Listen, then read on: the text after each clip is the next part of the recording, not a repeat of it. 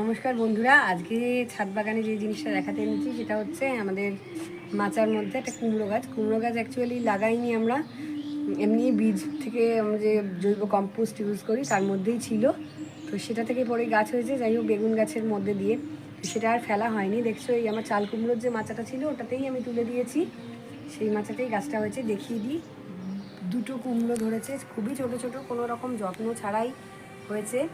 তো একটু মা আজকে ক্যামেরা করছে, একটুখানি বলবো যে কুমড়োগুলোর কাছে এনে একটু দেখাতে।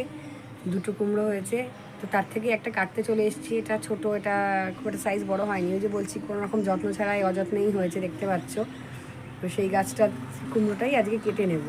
এতে আরও একটা হয়েছে সামনের দিকে, সেটা রয়েছে, সেটা পরে কাটবো, সেটা সদ্যই হয়েছে। এই এখন যেটা কাটবো সেটা অনেক দিন ধরেই হয়েছিল, তো সেইটা আজকে কেটে নেব।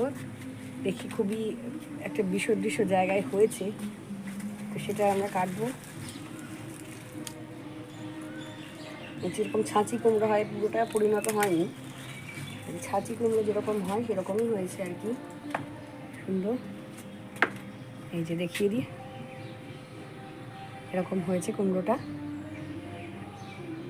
ছোট, আমাদের অল্প একটু তরকারি হয়েই যাবে, খুব খেলনার মতো মনে হচ্ছে। আজকে তোমাদের এই ভিডিও কেমন লাগলো সবাই একটু কমেন্ট করে জানাতে ভুলো না।